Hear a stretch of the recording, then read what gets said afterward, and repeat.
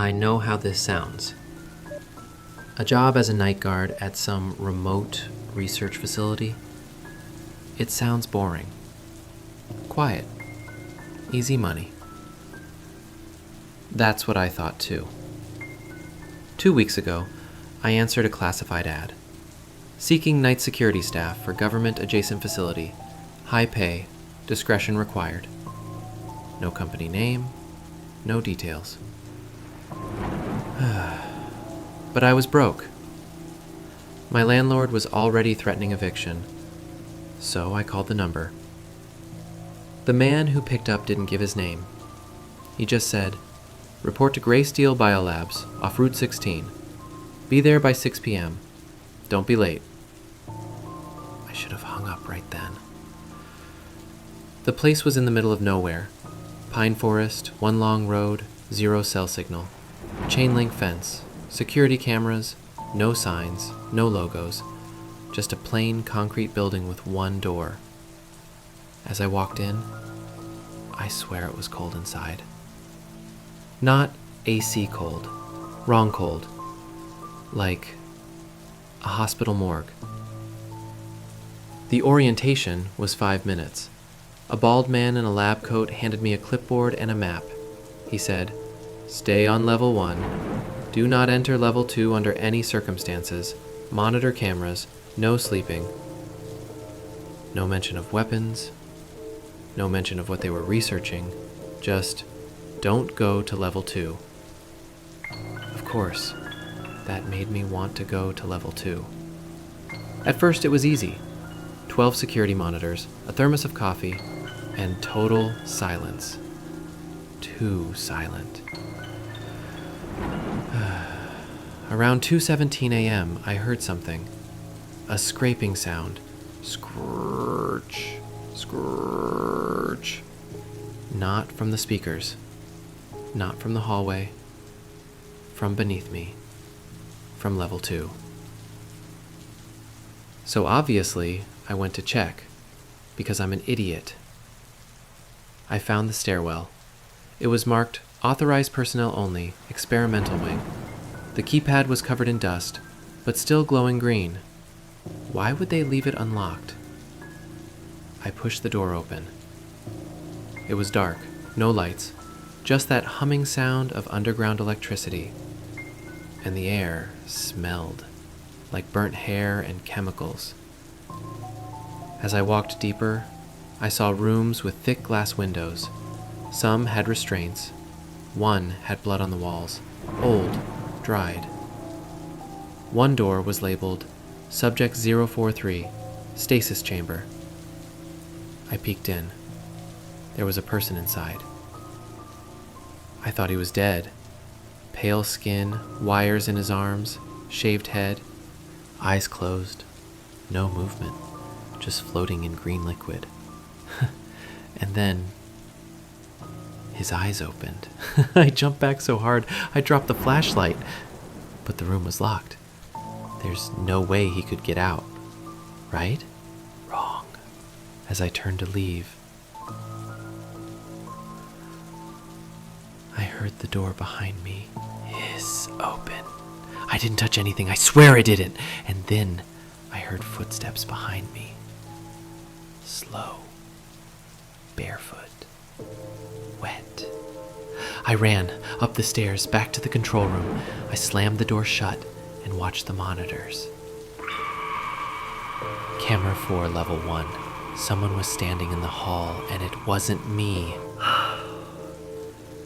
I didn't sleep the next day. Every time I closed my eyes, I saw that pale face floating.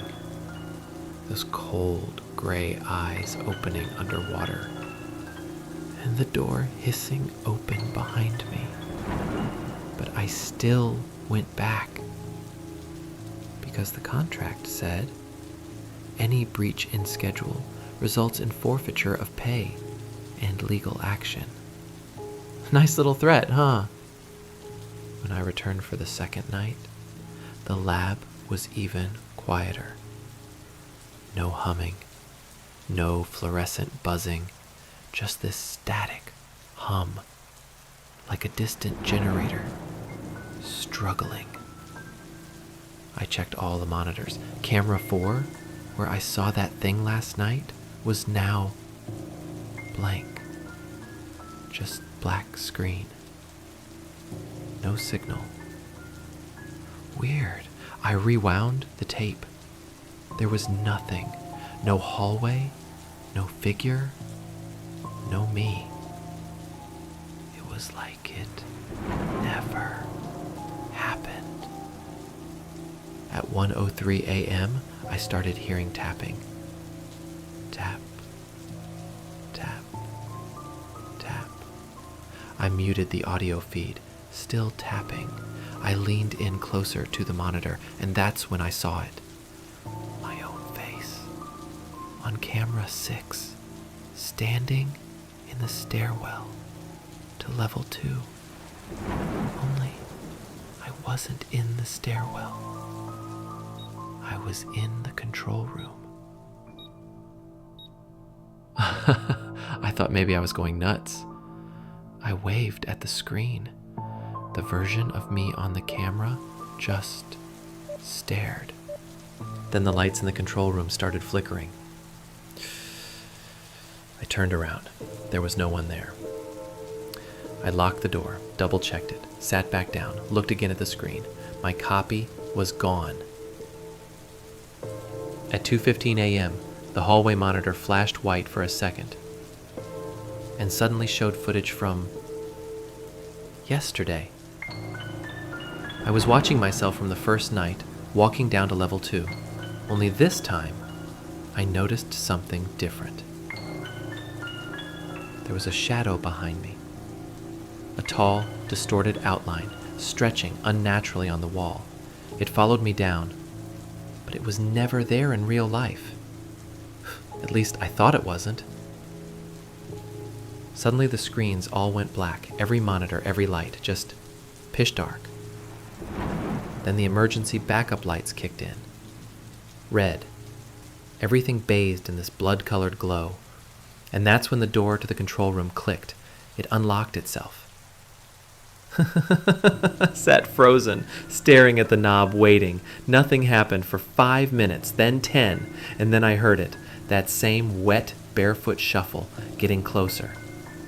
I grabbed the flashlight, ran down the side hallway, into the archives, locked the door behind me.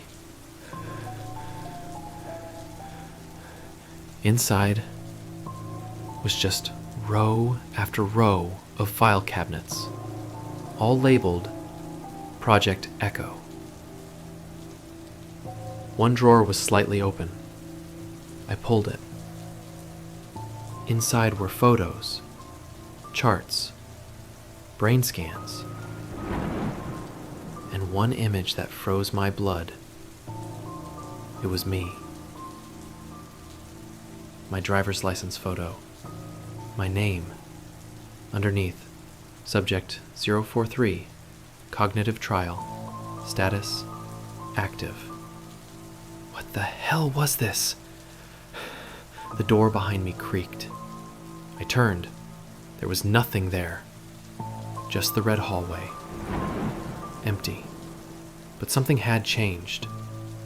The air felt charged, like static, crawling up my arms. I ran back to the control room, but the screens were different now. They weren't showing camera feeds. They were showing me. Every screen. Different angle. Different emotion. Some showed me laughing. Some crying. Some screaming. One of them showed me sleeping. But I never sleep here. And then the speakers crackled to life for the first time. Subjects 4-3 has reached Phase 3. Observed behavioral fracture. What the hell does that mean? I tried to run. I really did. I grabbed my car keys, sprinted to the exit. But the door, the one I came through on day 1, it wasn't there. Just A wall. Like it never existed. I must have blacked out. I don't remember falling asleep, but when I opened my eyes, I was back in the control room, chairs untouched, coffee still warm. Everything exactly how it was. Was it a dream? A hallucination? That's what I told myself until I noticed something on my hand. A needle mark, right in the vein. Fresh. Someone injected me with something. I checked the monitors again. All cameras were working, except one. Camera 7, subject holding. I didn't even know there was a holding area. But now, I had to know. I followed the hallway past the archives, past the stasis rooms, until I found a steel door marked Subject 043, Live Observation. It was slightly open, and inside was a white room, bright lights, a bed, wires, electrodes, and someone was lying there, strapped down, breathing heavily. I walked closer, and then the figure turned its head toward me. It was me. No, I mean, exactly me. Same face, same eyes, same cut on the eyebrow I got in 10th grade, even the same shoes. He opened his mouth and whispered, "They said you wouldn't make it past phase 3. I stumbled backward, tripped over a chair, slammed into a wall-mounted panel. The room lights flickered, and suddenly, alarms began to blare. Robotic voice echoed across the lab. Cognitive separation failure. Reintegrate subject 043 immediately. I ran. I didn't care where, just away, but every hallway, every door led me back to the same white room, over and over. Each time the figure on the bed was in a different state, screaming, laughing, dead, missing. And once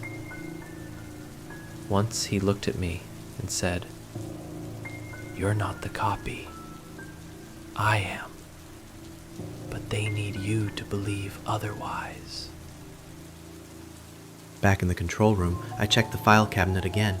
There was one folder left I hadn't opened. It said, Project Echo, Phase 5, Synthetic Memory Loop Test. I flipped it open. There was a checklist. Create false employment history, embed false job memory via neuroloop, monitor subject's reaction to fabricated horror stimuli, assess self-awareness breach, and then, at the bottom, Subject 043 believes he is a night guard. Reboot required. I was never hired. I was created. The lights dimmed again. Footsteps echoed behind me.